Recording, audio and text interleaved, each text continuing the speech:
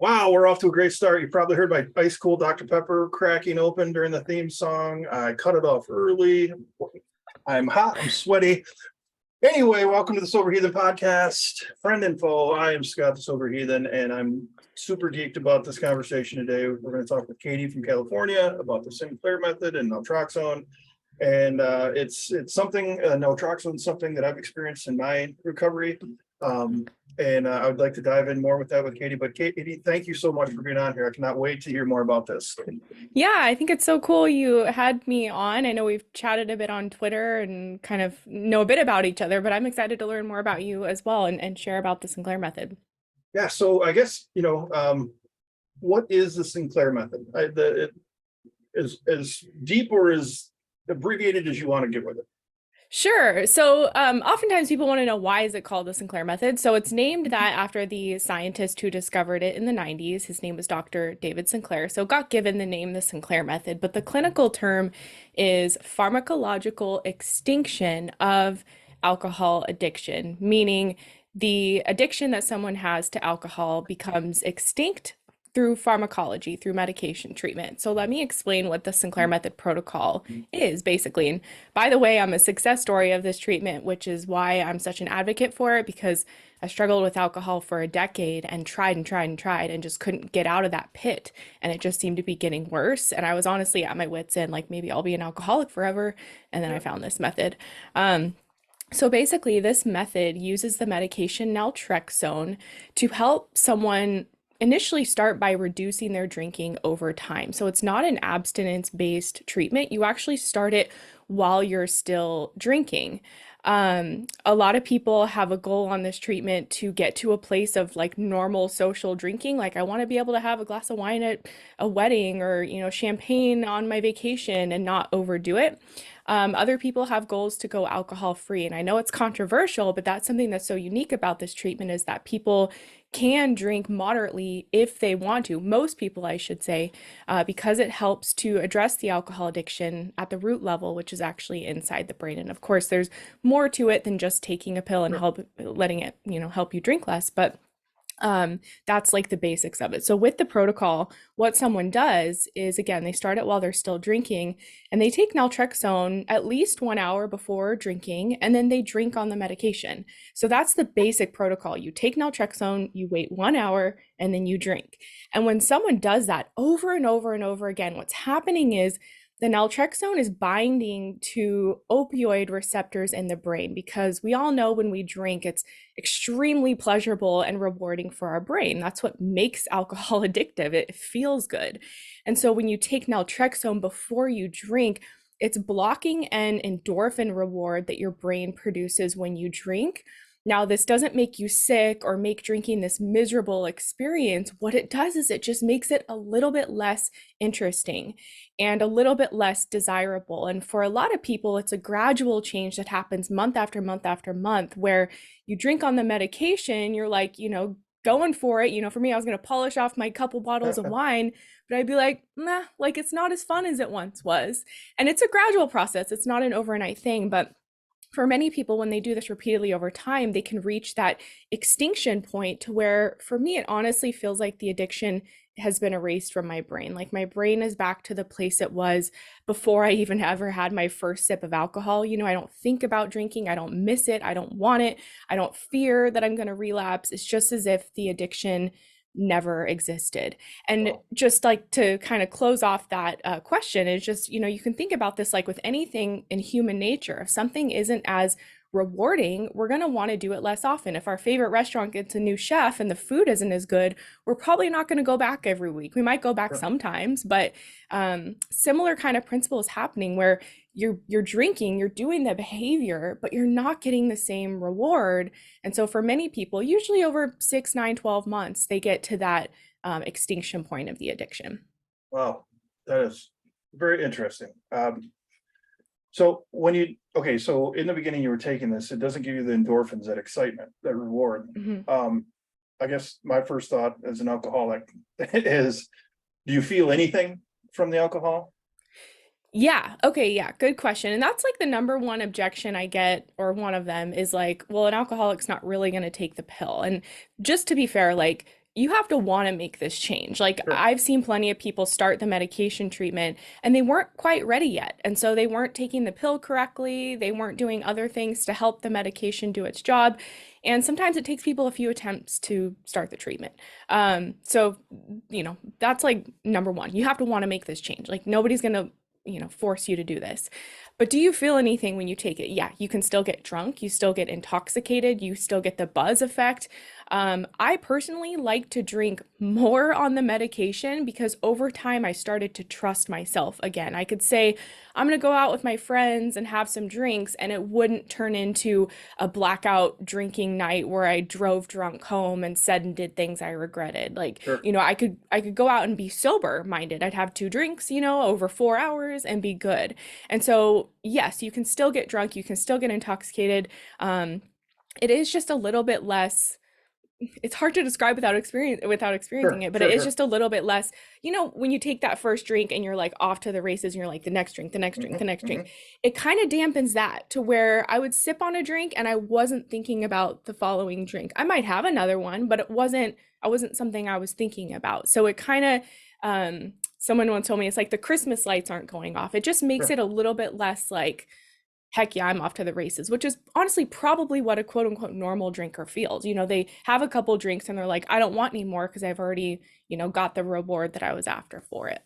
Yeah, and I totally get that because there is a reward, and I can remember, and I can still feel it in my body that I have that half pint in my hand, and I crack that bottle open, and I down that thing, and before there's any possible way whatsoever that it's actually affecting me, those bells and whistles and Christmas lights that you're talking about were already going off. I was already excited and feeling great before the alcohol even did anything to me because that was my reward. Yeah.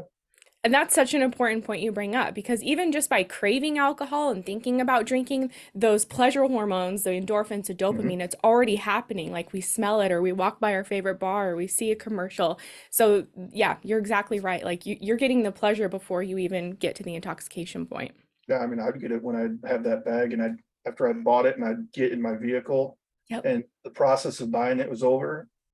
I mean, I was already feeling a mile high. You know what I Elated, mean? right? Yeah, Yep. yeah, I was so excited. Totally. And I think Totally. you made good points because when I tried naltrexone, and I want to follow this up with another question, but I was writing it as you were talking, and then you said it. You have to take the meds.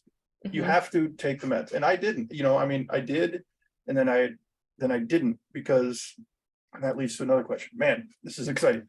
Okay, I love it. I'll slow the fuck down. So you have to take the meds, that's number one. So you have to still make a decision, like every other recovery pathway that you can take, you have to make a decision that you want to do this. And Right. and you don't take the pills, it's not going to work. So now my question is, and this wasn't told to me when my doctor prescribed this to me. You say that you need to take it 1 hour before you drink. When I tried it and I had it, I was taking it in the morning and then I wouldn't drink until I got home that night after work. Exactly. Yep.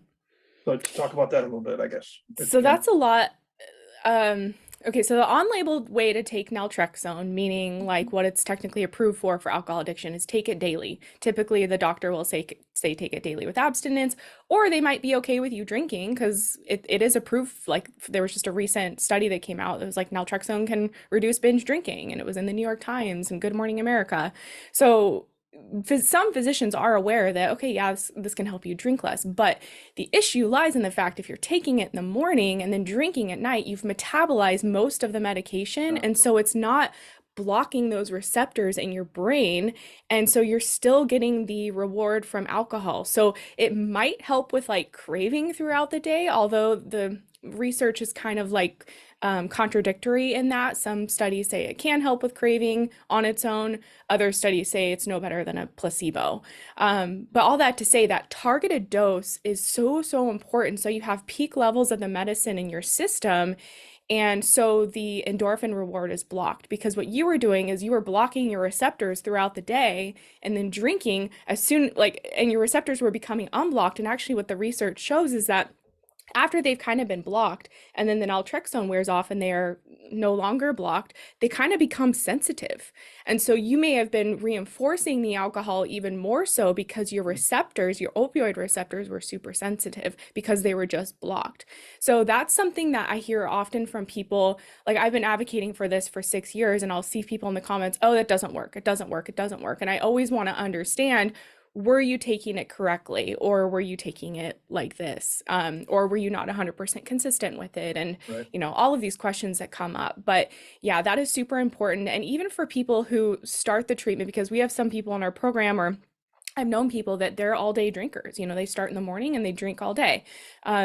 Their physician will typically even have them take a second dose like 6 hours later, because they've metabolized the medication and they need that blockade again. And so some people take 2 doses in a day.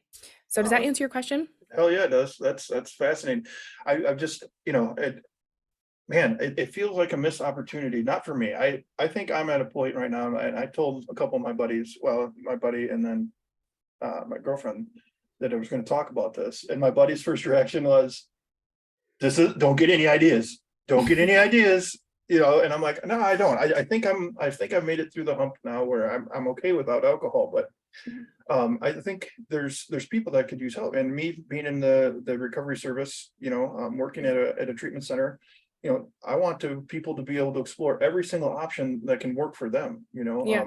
And if doctors need education, courts need education. Exactly. And clearly my doctor didn't know what the fuck he was doing. He just Yeah. said, here, I heard these will, my understanding was naltrexone, and maybe you can go into this, but naltrexone was a pill form of Vivitrol. Exactly. Is that what it is? Yeah, the tablet naltrexone's been around for a long time. Vivitrol is more of a new, like, branded drug, the shot form of naltrexone that they're charging an arm and a leg for. Yeah. Well, I was told by a psychiatrist that I went to see when I was right in the middle of it, that he wouldn't give me the Vivitrol shot because of the amount of alcohol I was consuming, because he said I wouldn't feel the effects of the alcohol. So I would overdrink. And that's a misconception people have as well. I recently had a pharmacist comment on one of my videos and say that, and you still feel the effects of the alcohol. Yes, I will say you can still binge and black out and get drunk on naltrexone just like you can without it. But naltrexone is not causing you to not feel the effects of the alcohol. You're still getting intoxicated. It's just a little bit less interesting. Maybe, like, I don't know, it's hard to describe. Like, sometimes I'll say, okay, imagine you have a cake on day 1 and it's super fresh and delicious out of the oven, and day 7 it's stale. You might still eat some cake, but it's not as enjoyable. Okay. And so when you drink on naltrexone, that's what it's doing, but you can still get the intoxication effects. Some people say they don't feel as intoxicated, and other people say they feel more intoxicated. So it varies person to person, but that is just, I've been in this field for 6 years. I've coached maybe 1,000 people by now, and Awesome. that's like never a concern, to be honest. And No kidding. Wow. yeah, it's incorrect information. And I've gone to addiction conferences, and it's just amazing to me how much incorrect or misunderstood information there is out there about naltrexones from even experts in the field. And people not really being open to harm reduction treatments for alcohol addiction. With this treatment, we're not telling people like you, like, hey, you can drink again, start taking this pill. We're reaching the millions of people who are stuck in alcohol addiction at this moment. Yes. And maybe they've tried AA or they've tried rehab and they keep relapsing and they can't get out of it. And this is a treatment that meets them where they're at. This is, hey, you don't have to give up drinking today, because that's a freaking terrifying thing for a lot of people. Even if they want it, it's like they're addicted. And so this treatment can meet them where they're at and help them get to a place of reduction, and then they can start thinking more clearly. And the longer you're on the treatment, the better it works. So we're not telling, that's another main objection I get. Oh, you're telling alcoholics to drink. No, not at all. Like, you're doing well in your recovery, but for the millions literally that are not doing well, or that go to AA and it doesn't work and they think that's their only option. That's like a huge percentage of people we serve, is people that have been in the rooms of AA for decades and they're like, I tried and tried and tried and I can't do it for one reason or another. And if you look at the data of the relapse rates in like traditional rehab, 80% or more of people will relapse within 6 months. It's just a fact. And when someone is given a treatment that isn't addressing the changes that have happened in the brain as a result of alcohol addiction. They're just told to, you know, do the steps. I don't knock that. Like my dad's sober Sure. from AA, like and I'm a believer. I believe in God, and I don't knock that whatsoever. But for people to be told that that's their only option, and to understand things like the alcohol deprivation effect, which is a phenomenon that happens when someone quits drinking, their brain is deprived of that reward it's been getting. So it kicks up the craving, and that craving is Yeah. what causes many people to relapse. Like if you don't desire something, you're not going to do it, you know? Yeah. Yeah. So I'm advocating for this being an alternative treatment, another treatment that's offered to people, particularly those who are like me, they couldn't stay sober. Like they Yeah. tried and tried and tried, and they just couldn't make it, you know, a long period of time. Yeah. I mean, damn, just home runs left and right, man. You know, you talked about AA. I love AA myself. I have two big books. If anybody that's watched the podcast has seen me flash them, you know, they look like rainbows because I've got highlighters and sticky notes and stuff in I there. love it. But I like what you said, you know, meet these people where they're at. I wonder, you know, if I would have gotten the right direction, how that could have helped me. Like these guys in AA that have 30 years experience, how much did you suffer in Mhm. that beginning that you could have gotten some help, you know, some relief? And Yeah. I think what we talked about earlier is something that people really need to understand, especially people that aren't alcoholics. Um, those rewards are starting before the alcohol even gets in that system. You know, it's the idea like, oh my God, Friday night we're going to the casino, we have a room.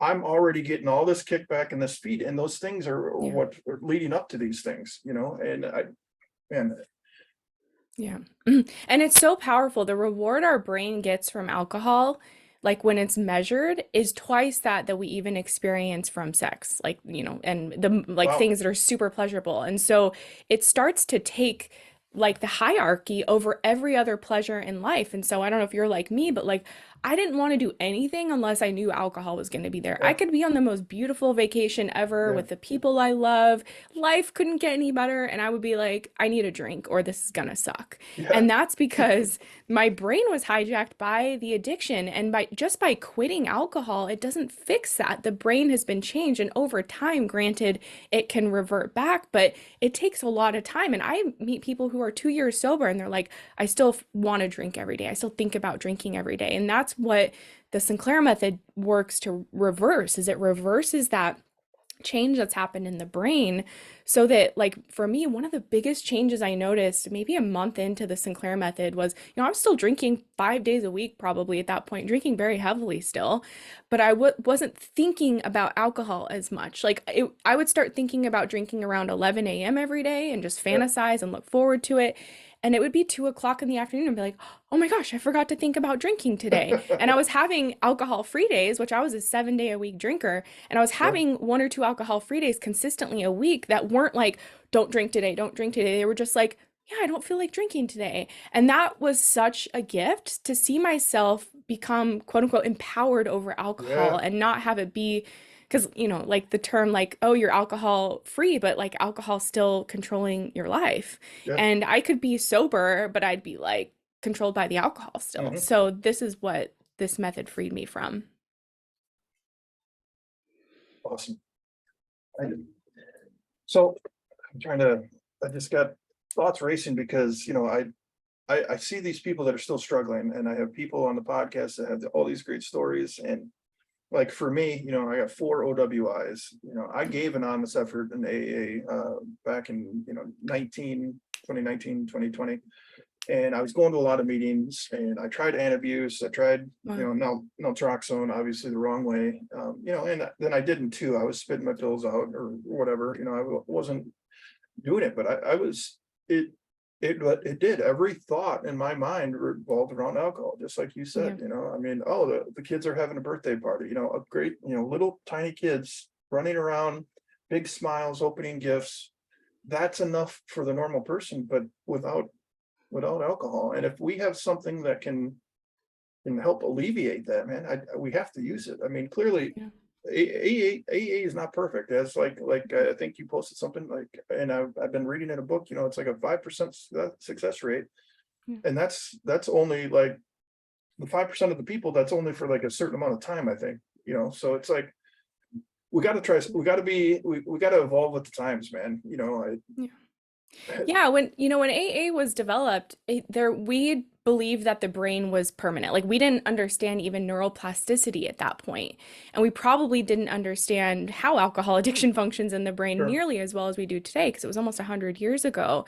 And so what's happened is there's been advances. I mean, the Sinclair method's been around for 30 years. Naltrexone's been approved for alcohol since the 90s, but the treatment industry just hasn't caught up yet. It's still very much in that abstinence only mindset of AA, and that's the only thing that's going to work for people. And I have a lot of success stories on my YouTube channel of people who've had success with the method. And kind of like you were saying earlier, it's like, if someone could have learned about this treatment when they first started struggling or were like, not nearly as bad, not at that rock bottom moment or whatever, it Yeah. could have helped them much sooner and they would have suffered for years less. And I hear that all of the time. People are like, why wasn't I told this? Why didn't they tell me this in rehab? Why didn't I know about this? Yeah. If I would have known about it years sooner, I could have avoided a lot of pain and heartache and trouble.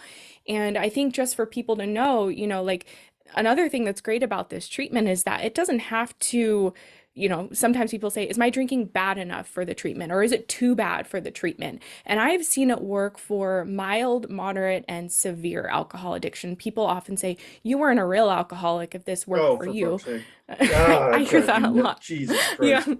But like back to what we were saying, you have to want it. So if someone doesn't want to take the pill, it's not going to work for them. But I have seen that like half gallon of vodka a day, more than that even. I've Mhm. seen it work for all cases of alcohol addiction. And of course, the success rate is clinically proven to be 78%. But so we're not saying, oh, this is the silver bullet for 100% of people, but Sure. like the odds are greatly in someone's favor if they start the treatment and have the right support and are following it correctly and doing all of that. It can really transform someone's drinking in a matter of 6 to 12 months. And it doesn't have to even be like, I've seen this work. I had a client once, he was like a 19-year-old kid who started binge drinking when he was at college Yeah. and was in this pattern now. And his parents started him on the medication and he was able to get it back in check. And, as a 19-year-old to think like, oh, I'm an alcoholic, I can never drink again. If that's the only option he's given, like, I don't see that being very effective at that age. Maybe he would cycle No. in and out of AA for years and years and years or Yeah. something, or hit a horrible rock bottom, who knows? But it can help people prevent it from escalating, and it can also help people who are really far gone to come back. Yeah. I mean, that was my first thought talking about this. I had a mother call in to work the other day asking about her 18-year-old son. Mhm. To me at that age, okay, mom tells me I need to get some help. Mhm. I'll take this pill every day over going sitting in a room with a bunch of old dudes, you know, looking at me and staring at me and like, are you really ready? Or sit down, shut your mouth and make the coffee. That type of stuff, those Yeah. hardcore guys. And it really bothers me that, that real alcoholic term, that people Yeah. throw around. I know this is kind of off topic, but it really bothers me because, it's like, really, we need to do that. That even needs to be part of the discussion. I If know. if you have a desire to stop drinking, that's the only rule to get into AA, right? So if you have a desire to stop drinking and you choose to take this pill, then Right. you should be allowed in AA too. I mean, you should be welcome. Yeah. I mean, you should be welcome at all costs. So talk a little bit, if you don't Yeah. mind, just a little bit about, how did you come to discover naltrexone? How did you find out about it and start your journey? Yeah, and I just want to say quickly to what you were saying, like, we use the term alcohol use disorder because it's more of like the clinical term or whatever, Sure. but I really feel like it's a person's decision to say whether or not they have a problem with Yeah. alcohol, if it's Yeah. causing harm in their life and they feel like they don't have control. Like, it's not up to anyone else to say, you're a real alcoholic or you're not a real Yeah. alcoholic, and you have to drink this much in order to be Yeah. considered a real alcoholic. Like, I know people I've worked with that have had 3 or 4 glasses of wine and they black out and do crazy stuff. That's not a huge Yes. amount, but their brain blacks out. And so it's Yes. like, are they a real alcoholic? Like, so anyway, that's a topic for Yeah. maybe a separate podcast. But It's called taking their inventory. And that's like kind of a no-no in this certain group with 2 letters in it. yeah, exactly. So thankfully, there's a lot more people like you out there who are kind of open to it and like, hey, yeah, let's like talk about more options so we can help more people. But there are those loud voices as well. So anyway, my story kind of briefly with TSM is I stumbled upon it one day. There's a now famous TED Talk. I don't know if you've seen it. I've posted it on Twitter several times. It's called How I Overcame Alcoholism by an actress named Claudia Christian. She did this TEDx talk in London where she talked about her experience with naltrexone. And that was my first introduction to it because I would constantly look online for answers. I like the main thing I would listen to was success stories from AA, and they would be super inspiring, but I couldn't implement it in my life. It was like there was something missing that was like, but how did you stay sober? Like how? And it was for me, it was that craving that I would just give into eventually because I was like, screw it. I don't care if I'm sacrificing my health or whatever. Like I need a drink. Like it's not worth the fight.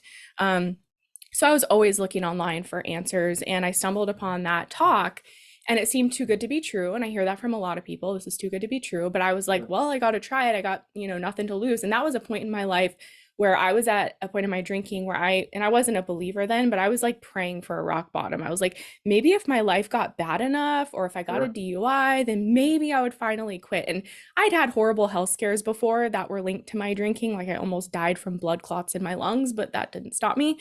But shortly after that, I almost got a DUI. I got pulled over. I was very drunk, but for some reason, by the grace of God, I did not get a DUI.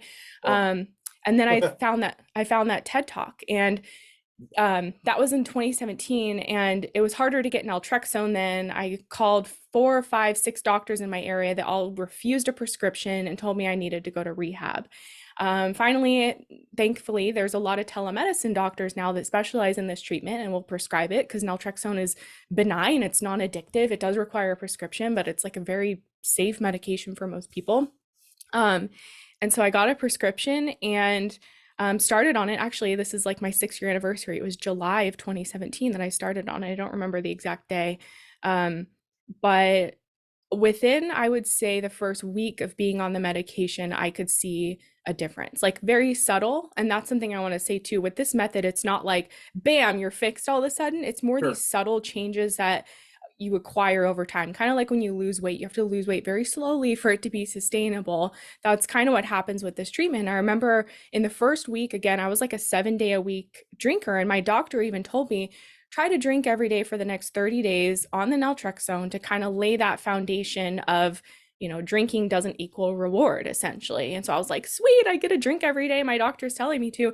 And my first week on the method, I had an alcohol-free day by choice because I didn't really feel like drinking. And granted, it was a bit uncomfortable because I was someone who would drink 7 nights a week and binge drink on the weekends. And so I remember I was like, I could drink tonight, but I don't like really have a burning desire. So I'm going to go walk on the beach instead and just like go do something else.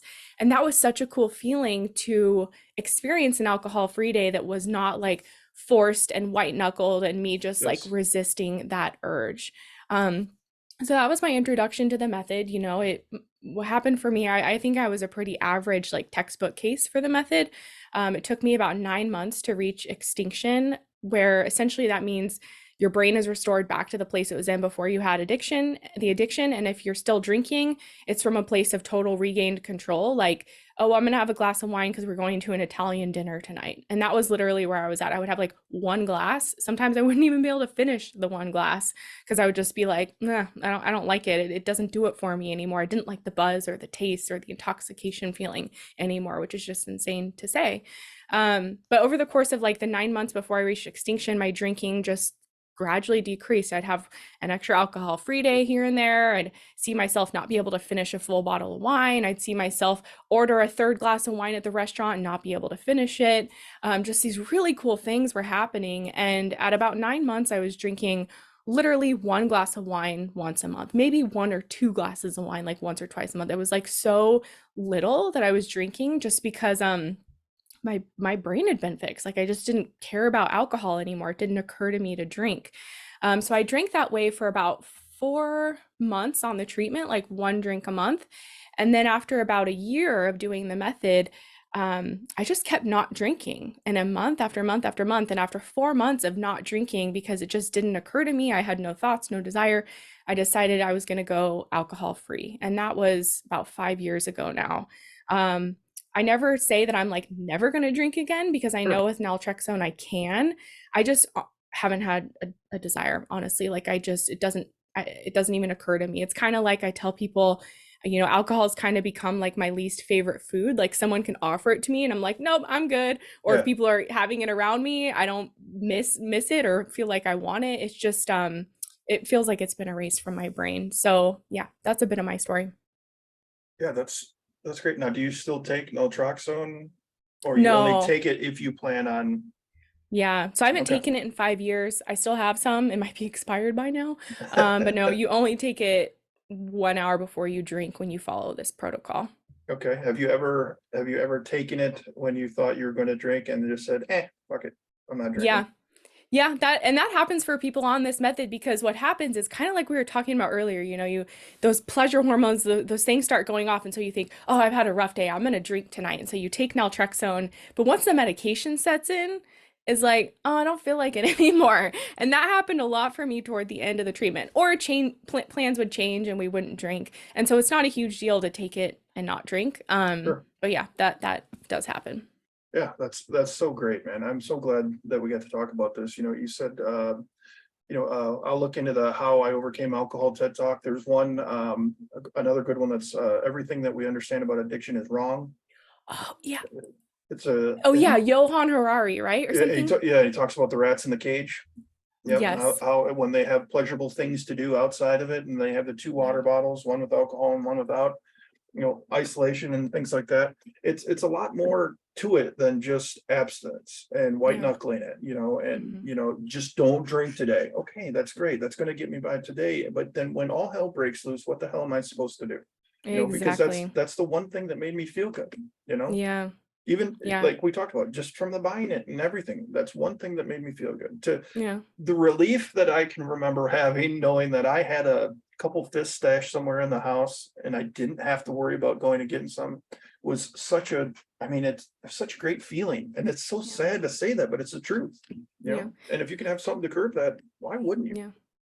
Well, and like I think something that doesn't get talked about a lot, and correct me if I'm wrong, but like when our brain has changed and we have alcohol addiction, our brain is equating alcohol to a survival need. So there's like a Yeah, reason that we stash it and feel comforted when we have plenty on hand because our brain thinks like we equate it to water or food. Like we might feel good knowing that we have a big yeah, jug of water in the fridge or something. And so like that's something that I feel like was totally not presented to me when I was searching for options is like your brain has been changed. You're actually like your brain thinks you need alcohol to survive, hence the intense craving for it. And it's also impacting other parts of the brain that are impacting our ability to think clearly and make decisions and think about our future, and all of these things. yeah, So not only do we have this heightened desire for alcohol that's above most other things in life, we also don't have the best like judgment and mental clarity around it. So it's really this complex brain issue. But for me, I was told you just need to abstain and like figure out, life otherwise outside of that. Or like, and that's what I would try to do. I would try to do things that were more meaningful, or I'd get really into fitness or health or plug into, different communities or programs, but it never fixed that craving and yeah. that urge to drink that would just eventually win. I made it 6 months sober one time before this treatment. And in the back of my mind, I was like, I'm gonna drink again one day. It's just a matter of like how long I can go. Like that, I Yeah. remember thinking that all of the time.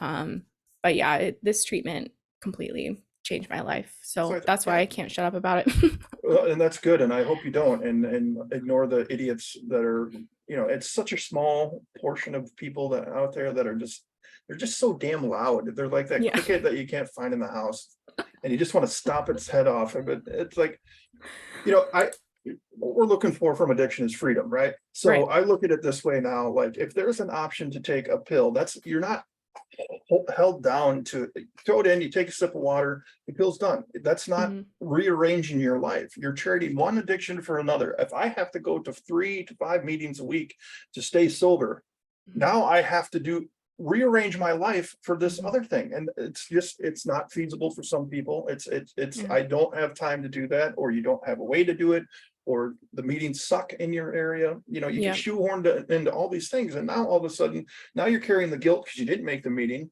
And Hmm. now you walk back in a day later, and there's just, I'm not going to sit here and make an AA bashing thing, but Yeah. I'm not trying to bash AA. What I'm saying is, somebody that's been through this and know how the fuck it feels, Yeah.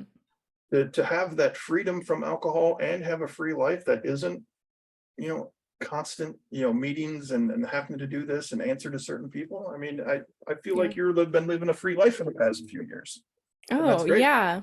Yeah, absolutely. And that's another thing, like, you would be, maybe you wouldn't be surprised, but I think it's surprised me how many highly successful, high profile people struggle with Yeah, alcohol in secret and they can't show their face at AA. Like, sure. especially in a small town, like they would probably lose their career or their license if they're a lawyer or a doctor. And those are the people we also serve that are like, nobody can know I'm getting treatment. Like, Yeah, and they can start this discreetly from home. Nobody has to know.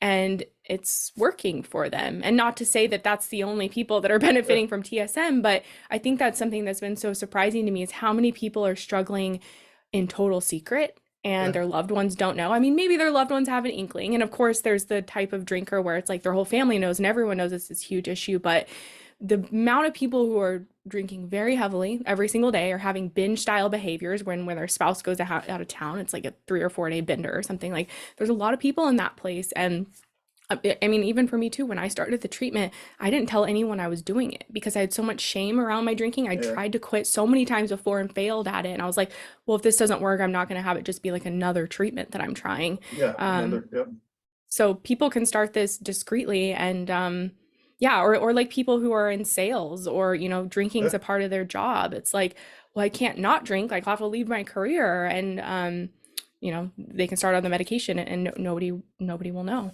yeah, Yeah. yeah. I mean, I don't know how many times in these years that I've been going through all this crap with the courts and jail. I will go into jails like, why are you here? You don't seem like a person that should be in jail. Why are you in Wow. court? You shouldn't, you're an alcoholic, my Yes. my circle fucking knows now. I mean, there was no hiding it by the end. The last couple of years, it was blatantly obvious where I was at. But there were so many people. I used to coach a long time ago. A lot of people are just like, oh, you did all Yeah. that. Like I walk into meetings today as a recovery coach and start telling my story, and they're like, really? Wow. Yeah, and Wow. because there are people. It's not the alcoholic isn't necessarily the dude under the bridge, with the Right. brown paper bag. More and more people are struggling, and if there are alternatives, I know the courts go to is AA. That's what Hmm. you got to go get your sheet signed or whatever. I see things open up like Suboxone Hmm. for people that are on drugs. I've seen people start to use that stuff, and that's helped some people. Is it right for everybody? No. I mean, I remember in treatment, I saw a guy take one, and he looked like he was. I mean, he was gone. He just Wow. I mean, just zoned out. But it's better than the other stuff, I guess. I mean, that's for them to decide. But Yeah. I really think this naltrexone stuff is in the Sinclair method is something that I really want to look more into, and I want to, you know, something that I want to bring to the table when somebody comes in, um, court ordered and they're struggling. I don't want them to have to suffer through, you know, white knuckling it for 10 Yeah. years before it finally clicks. If there's an option, I'd like to explore it, because we are told, Yeah. like you said, too good to be true. We're Hmm. told it's a certain way. It's going to be hard. It's going to be a struggle. You're going to have to do A, B, C, D, E, F, G. But if there's Hmm. something that can alleviate that quicker, why the frick don't we try it? Yeah. And to be honest, like when I started this treatment, I loved that it didn't require me to quit drinking because my brain was still addicted to alcohol. I was like, okay, great. Yes, I'm going to be a moderate drinker. Like that was my ideal goal. And I did that for a good year on this treatment. But what happened for me is something I see happen for a lot of people, whether it's after 6 months, a year, 2 years, 3 years of following this protocol, is they go alcohol free accidentally, where it's just like, it's not even like, oh, I can't drink anymore. It's like, oh, I haven't drank in a year because I just haven't thought about it. Or I've had out one of our coaches that works for us. I was just chatting with her and she's like, I have champagne in my fridge. It's been there for 6 months. I keep trying to drink it, but I don't want to. That is And that awesome. I know it's just a totally different paradigm where it's like, no alcohol in the house, you can't drink. Like she's like, I keep trying to be a moderate drinker, but I just can't do it. And she is someone, I have her success story on our YouTube. She is someone who did AA for decades. She did aversion therapy where they had her consume insane amounts of alcohol and make her super sick. Like, I don't even think they What? offer that type. Yeah. She has Jesus. done like She's done everything and nothing worked until she was on the Sinclair method. And now she's going on, I think, year 3 on the treatment. But she's at a point where she hasn't drank in 6 months and has that champagne she keeps meaning to drink, but like can't make herself do it. So it's Wow. just funny. I've been trying to make myself a moderate drinker and I just can't do it. Yeah. God. It's a total paradigm shift. And it's unbelievable, I recognize, because I feel like we've approached alcohol addiction with a logical mindset, like, oh, you can't control it, then you better not drink it. But Yeah, sure. alcohol addiction is not logical, again, because it's hijacked our brain. We're equating it to a survival need. It's like, something David Sinclair says. I just posted a video clip, the guy who discovered the method. He's like, you can hold your breath, for 10 seconds. Someone offers you $10. Maybe you can hold it for longer, but eventually you're going to have to gasp for air. Yeah. And that's similar to what's happening with alcohol. Like for me, it's like I could white knuckle it for a couple days, couple weeks, maybe a few months. But eventually I was like, nah, screw it. I'm going back at it again. I need the drink because what was going Yeah. on in my brain, the craving became overwhelming, and that survival need kicked in. Another person who has this great video on YouTube called The Neuroscience of Addiction, or Neuroscience 101 of Addiction. I can send it to you if you want. Yes, But he please. talks about how, like, if we're dying of thirst in a desert and we need water and we finally see that glass of water, we might kill someone to get that drink because we know we need it to survive. And I think that explains so well why people who are addicted do insane things. They Yeah. destroy their family, their career, their life, their health, just to keep going after the substance because their brain is hijacked to think they need it for survival. That is like one of the best 20 minutes. Like I've watched that video so many times because he just nails it as far as understanding what's going on in the brain when someone has an addiction. I'll send it to you. Yeah, please. Yeah, I mean, our brain takes, I mean, it wavers on the timeline, but it could take a year or more for everything to kind of come back together. It's Yeah. I know, and this sounds silly to certain people, but like, it's really hard to go to a business. If you're an alcoholic behind closed doors and you go to a business meeting or a birthday party or whatever, to turn away alcohol, what's wrong with you? What's wrong with you? And that means something to people because not only is alcohol important to them behind closed doors, but these interactions with their friends and family are greatly important too. Yeah. And like man, I'm just so glad that we did this because this is such a thing that I want to learn more and more about. And as I progress into my my trainings into the field, I want to have this option to talk about people and hear these kind of stories. I mean, it doesn't sound scary. You know what I mean? It's not like, okay, well, you can never drink again, or you're going to go back into a cage. It's like, well, let's try this and go from there. It's Yeah. really great, Katie. I really appreciate you coming on and talk about this. Go ahead and plug anything you want to plug. You said you got a YouTube channel, your Twitter handle, whatever you want to plug, please. Okay, yeah, it's been a real joy to chat with you as well, Scott, and I look forward to staying in touch. And I think it's amazing the work that you are doing with your podcast and just obviously locally and everything you're doing. So I commend you, and I hope you can use this information to help someone in the future. Thank you. So yeah, I've been making videos on YouTube for about 6 years. I actually documented my journey through the Sinclair method, like most of it for the first year. So I have that on there and tons of Awesome. success stories. So That is you can so find cool. us Thrive Alcohol Recovery on YouTube. I am being more active on Twitter, but I kind of haven't done great with that, but it's Thrive with TSM. And then I make TikTok videos. I'm on Instagram and Facebook. Basically, if you search Thrive Alcohol Recovery, you'll find us. And on our website, if you go to thrivealcoholrecovery.com, all of the Twitter or all of the social media channels are at the bottom. And we also have some free resources on the website. Like if someone wants to know, is the Sinclair method right for me? I have a free course that talks about that. I talk about mistakes on the method, tips on the method. I have a bunch of free resources that if people just want to kind of learn more about it, we have that on our website as well. Awesome. I just subscribed on YouTube. I can't wait to dive into those videos. I was going to do other Cool. things, but I think I'm going to sit here right at the computer and continue my learning of this stuff. Yeah, I had Justin that's listening on the live on Facebook. He said this will help new people in our program. I don't think that this is scary to anybody that isn't, kind of obsessed with something else. Yeah. I think anybody that really wants help, I think this is only going to give them another option to be free of the shit And, and that's all that we want to do, right? We want to try to help save lives. So thank you so much, Kate. This was freaking awesome. This is everything that I thought it would be. You present very well. Obviously, you've been doing this for a long time. I appreciate coming on my tiny podcast, and the people that listen to this. I can't wait to hear their feedback. So I look forward to your podcast growing as well. Thank you for all your advocacy work that you're doing. Well, thank you. All right. Well, enjoy the rest of your weekend, beautiful California, and we'll talk soon, I'm sure. Bye. Bye-bye.